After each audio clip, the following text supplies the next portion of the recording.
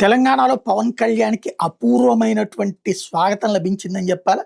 తీవ్ర అనారోగ్యంతో బాధపడుతూ జన్యుపరమైన ఇబ్బందులున్న 17 ఏళ్ల కుర్రోడు చూడటానికి ఒక 5, 6 ఏళ్ల పిల్లాడిలాగానే కనబడతాడు.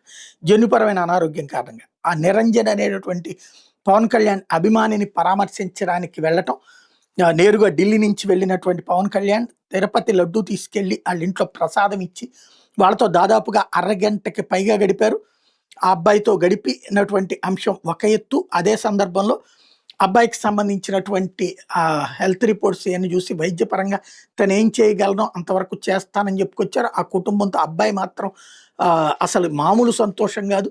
జరిగినటువంటి పరిణామాలు చూసిన తర్వాత స్వయంగా పవన్ కళ్యాణే రావడంతో అంతగా చక్కటి బాధ్యతాయుతమైన పాత్రను పోషించారు పవన్ కళ్యాణ్. ఆ తర్వాత వచ్చేటప్పటికి అదే తెలంగాణలో వరంగల్ భద్రకాళి అమ్మవారిని దర్శించుకున్నారు. నిరంజన ఆరోగ్యం కోసం ప్రత్యేక పూజలు చేశారు. అమ్మవారికి పట్టు వస్త్రాలు, ఒడిబియ్యం సమర్పించారు. అమ్మవారి వెండి ప్రతిమ తల్లిదండ్రులకి బహుకరించారు. తద్వారా పూజలు కూడా చేస్తున్నటువంటి సందర్భం. భద్రకాళి అమ్మవారి వద్ద నుంచి పూజలు చేయించడం అన్నది ఒక ఎత్తు.